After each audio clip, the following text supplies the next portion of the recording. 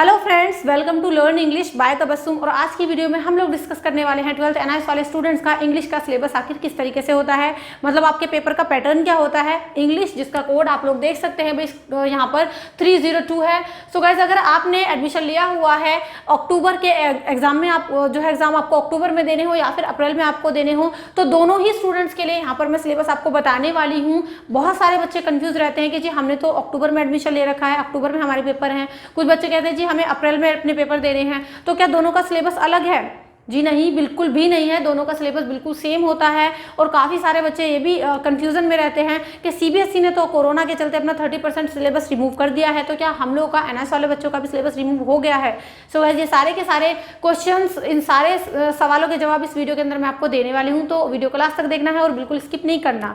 सो इससे पिछली वीडियो में मैंने जो है 10th वाले स्टूडेंट्स के लिए एक वीडियो बनाई थी, जिसमें मैंने उनको उनका सिलेबस बताया था इंग्लिश का, कि पेपर की मार्किंग स्कीम क्या होती है, कितने जो है मार्क्स का आपका पेपर होता है, कैसे उसको सॉल्व करना है और सिलेबस आपका क्या है। तो तभी से काफी सारे 12th वाले बच्चों के कमेंट्स आ रहे थे कि मैम 12th का इंग्लिश का पेपर का सिलेबस भी हमें बताइए, पैटर्न बताइए, किस तरीके से हमारा जो पेपर वो आता है। सो गाइस, आपको वीडियो को लास्ट तक देखना है, क्योंकि लास्ट में आपको मैं ये भी बताने वाली हूँ कि भी कौन सी वो बिगेस्ट मिस्टेक है जो सबसे ज़्यादा बच्चे इंग्लिश वाले मतलब करते हैं जब पेपर वो देते हैं।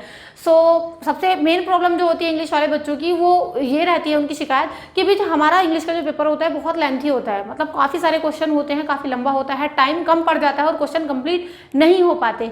तो इसके लिए आप क्या मिस्टेक करते हो, कहाँ वो कमी रह जाती है जिसकी वजह से आपका पेपर छूट जाता है, सारी चीज़ें 1 बाय 1 हम डिस्कस करने वाले हैं। तो चलिए स्टार्ट कर लेते हैं। सो गाइस, यहाँ पर आप देख सकते हैं आपका जो पेपर होता है इंग्लिश का, तो ये आपका 2 सेक्शन में डिवाइड होता है। पहले है आपका सेक्शन A एंड देन आपका सेक्शन B।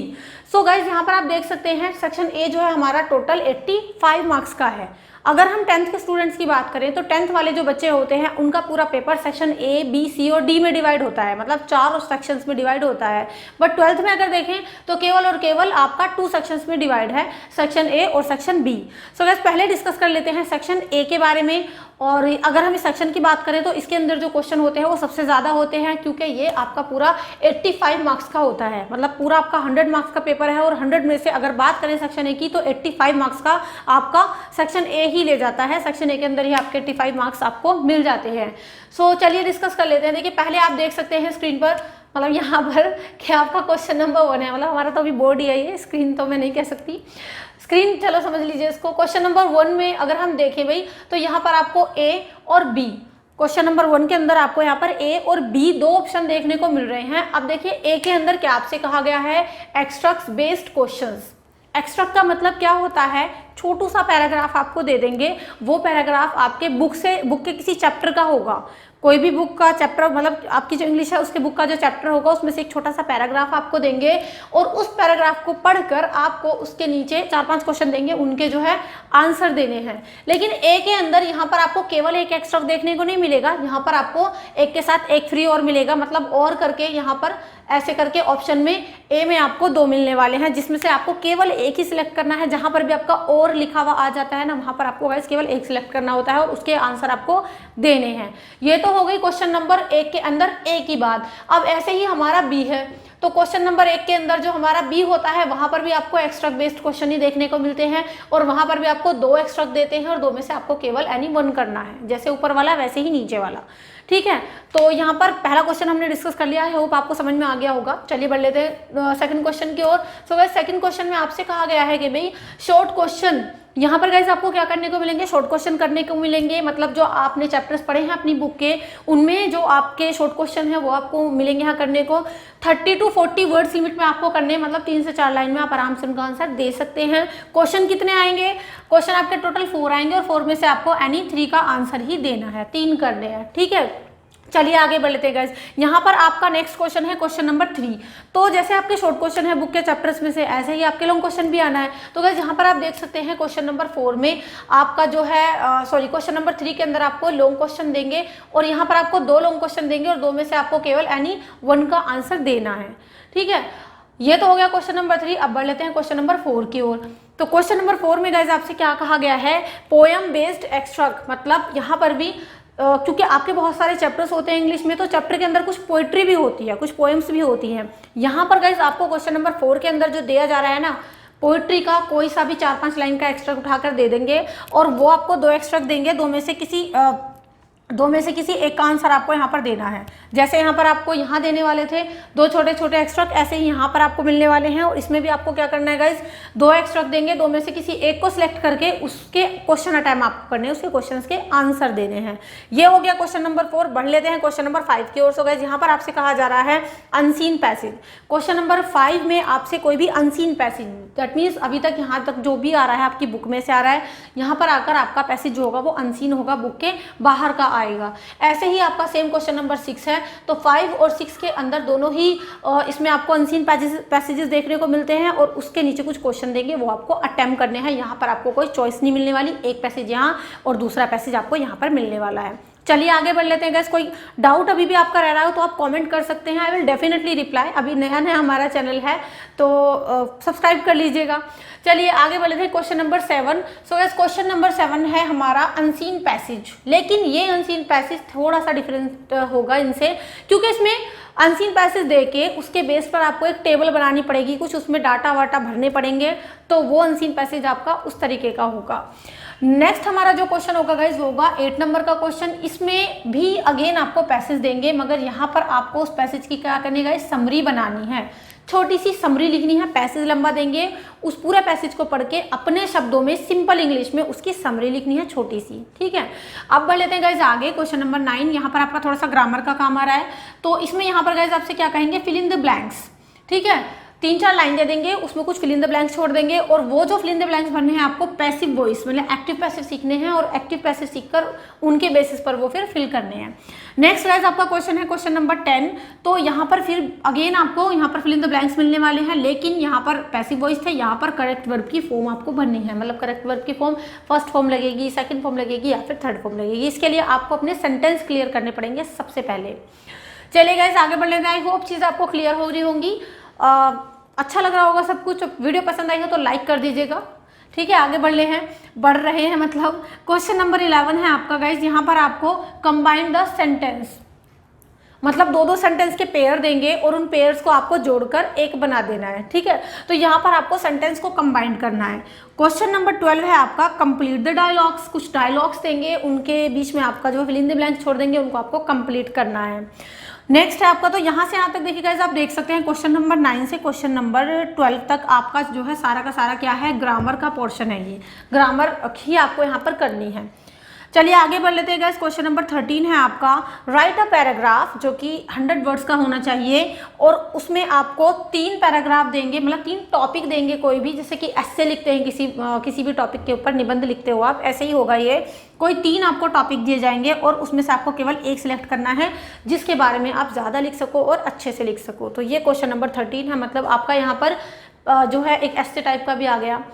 चलिए आगे बढ़ लेते हैं। सो गाइस आगे आप क्या होगा क्वेश्चन नंबर 14। क्वेश्चन नंबर 14 में गाइस आपसे कहा जाएगा कि एक लेटर लिखो। लेटर आपका जो है एडिटर को भी हो सकता है, कंप्लेन लेटर भी हो सकता है, ऑर्डर प्लेसिंग का भी हो सकता है, वो आपका कोई सा भी लेटर हो सकता है। नाउ आपका क्वेश्चन नंबर 15 है। क्वेश्चन नंबर 15 में गाइज आपको जो एक छोटा सा पैसेज दिया जाएगा 3-4 लाइन का, और उसमें आपको जो है 7 मिस्टेक्स दी जाएंगी स्पेलिंग की। ये आपको बड़ा ध्यान से फिलअप करना है। कुछ स्पेलिंग मिस्टेक दी जाएंगी, बेसिकली 7 आपको मिस्टेक्स दी जाएंगी। उन मिस्टेक्स पे पहले आपको अंडरलाइन करना है और फिर उन मिस्टेक्स को सुधार के हम करेक्ट करके कैसे लिख सकते हैं। तो एक तरफ आपको पहले वो इनकरेक्ट वर्ड्स लिखने हैं, उनकी लिस्ट बनानी है, और फिर उन इनकरेक्ट स्पेलिंग्स को सुधार करके आप कैसे लिखोगे, उनके जस्ट सामने आप वो चीज़ लिखोगे। यहाँ पर 7 मिस्टेक आपको ढूंढनी है। चलिए आगे बढ़े थे, क्वेश्चन नंबर 16 को देख लेते हैं। तो देखिए क्वेश्चन नंबर 16 में आपको अगेन पैसेज दिया जाएगा, लेकिन ये पैसेज आपका किस बेस पर होगा, नोट मेकिंग के बेसिस पर। चीज़ें हम डिस्कस करेंगे गाइस। अगर आप कमेंट करते हैं तो मैं पूरा का पूरा आपका सिलेबस इसी तरीके से 1 by 1 वीडियो करके कंप्लीट करवा दूंगी। सो गाइस कुछ इस तरीके से आपका यहाँ पर सेक्शन ए होता है फिनिश, और सेक्शन ए के अंदर अगर आप देखें तो यहाँ पर आपका सेक्शन ए जो है वो काफ़ी अच्छी खासी जो है मार्क्स लिए हुए हैं, 85 टोटल आपके मार्क्स हैं। तो यहाँ पर आपका ये फिनिश होता है सेक्शन बी की तरफ। और अगर आप देखें यहाँ पर तो सेक्शन बी जो है गाइस आपका वो है टोटल 15 मार्क्स का। तो जब हमारा सेक्शन बी स्टार्ट होता है जो टोटल हमारा 15 मार्क्स का है, तो यहाँ पर आकर सबसे ज़्यादा स्टूडेंट्स गड़बड़ करते हैं, बहुत सारे बच्चे यहीं पर आकर मिस्टेक करते हैं। जैसे कि मैंने आपको वीडियो के लास्ट में भी बताया था कि बच्चों की कंप्लेन ये रहती है कि भाई काफ़ी लंबा पेपर होता है इंग्लिश का और टाइम कम पड़ जाता है और पेपर सॉल्व नहीं हो पाता। सो गाइस यहीं पर आकर बच्चे सबसे ज़्यादा मिस्टेक करते हैं, क्योंकि अगर आप देखें सेक्शन बी के अंदर यहाँ पर आपको 2 ऑप्शंस मिलते हैं, तो ऑप्शन 1 और ऑप्शन 2। सो यहाँ पर आपको क्या करना पड़ता है, अगर आप ध्यान से इंस्ट्रक्शंस पढ़ें पेपर के स्टार्टिंग में, तो साफ इंस्ट्रक्शन होते हैं कि भाई आपका जो पेपर है वो 2 सेक्शंस में डिवाइड है। सेक्शन ए जो है वो आपका कंपलसरी है, जिसके सारे क्वेश्चन आपको अटेम्प्ट करने हैं, जबकि अगर सेक्शन बी को देखें तो उसमें आपको 2 ऑप्शंस मिलेंगे। तो उन 2 ऑप्शंस में से आपको केवल और केवल एक ऑप्शन को सिलेक्ट करके उसी के आंसर देने हैं।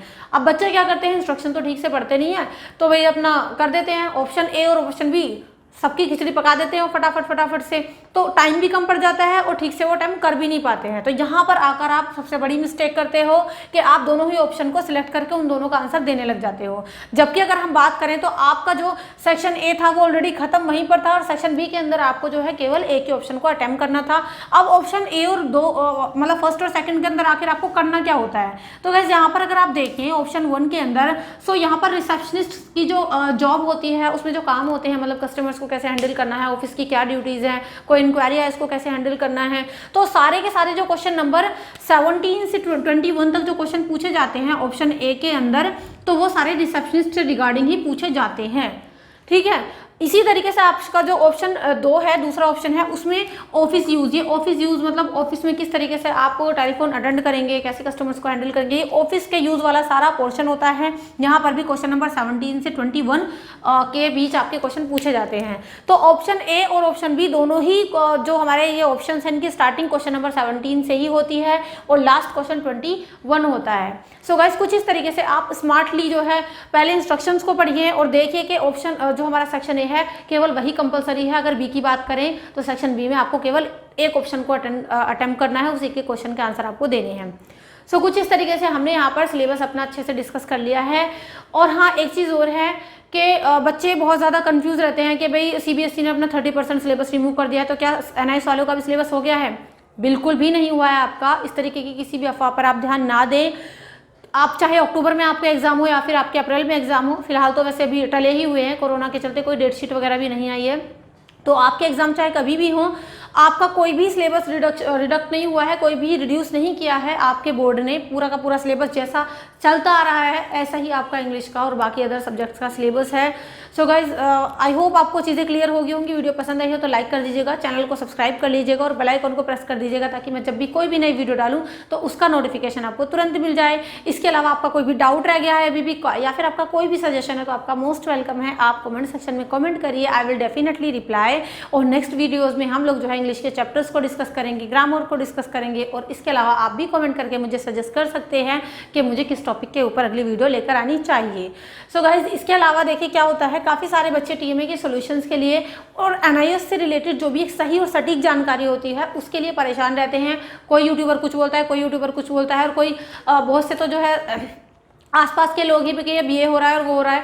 तो आप इस तरीके की अफवाहों से बिल्कुल बचें। आप जो है अगर सही और सटीक जानकारी और सही टाइम पर जानकारी लेना चाहते हैं, टीएमए के सॉल्यूशंस आपको कहीं नहीं मिल रहे हैं, तो प्रॉपर तरीके से टीएमए के सॉल्यूशंस तैयार किए गए हैं आप लोगों के लिए। एनालिसिस से लेकर जितनी भी रिलेटेड इन्फॉर्मेशन होती हैं, इसके अलावा आपके पास अगर हिस्ट्री है, ज्योग्राफी है, पॉल साइंस है, इंग्लिश है और आपका होम साइंस है, काफ़ी सारे अगर आपके पास ये सब्जेक्ट्स हैं तो इन सभी सब्जेक्ट्स का जो सिलेबस है वो हमारे दूसरे चैनल पर हम लोग डिस्कस कर रहे हैं। चैनल का नाम आपको पता ही है, पाई स्टडी सर्कल। तो आप YouTube पर सर्च करिएगा, वहाँ पर टीएमए के सॉल्यूशंस वगैरह भी प्रैक्टिकल से लेकर इन्फॉर्मेशन जो भी होती हैं वो आपको वहाँ पर सही टाइम पर सारी की सारी चीज़ें मिल जाएंगी। एक सही और सटीक इन्फॉर्मेशन के लिए आप हमारे पाई स्टडी सर्कल चैनल को भी सब्सक्राइब कर सकते हैं। और लर्न इंग्लिश तो है ये आपके लिए, इंग्लिश से रिगार्डिंग जो भी आपकी प्रॉब्लम्स होती हैं, जो भी सिलेबस होता है उसको डिस्कस करने के लिए। सो गाइज इस चैनल का लिंक मैं आपको नीचे डिस्क्रिप्शन बॉक्स में भी दे दूँगी, तो आप वहाँ से क्लिक करके हमारे दूसरे चैनल पर जा सकते हैं, जुड़ सकते हैं और देखिए बहुत सारी प्लेलिस्ट आपका वहाँ पर वेट कर रही हैं डिफरेंट सब्जेक्ट्स की और डिफरेंट टॉपिक्स की। So guys see you in the next video. Next video में मिलते हैं नेक्स्ट टॉपिक के साथ। Till then be a learner and learn English. Bye.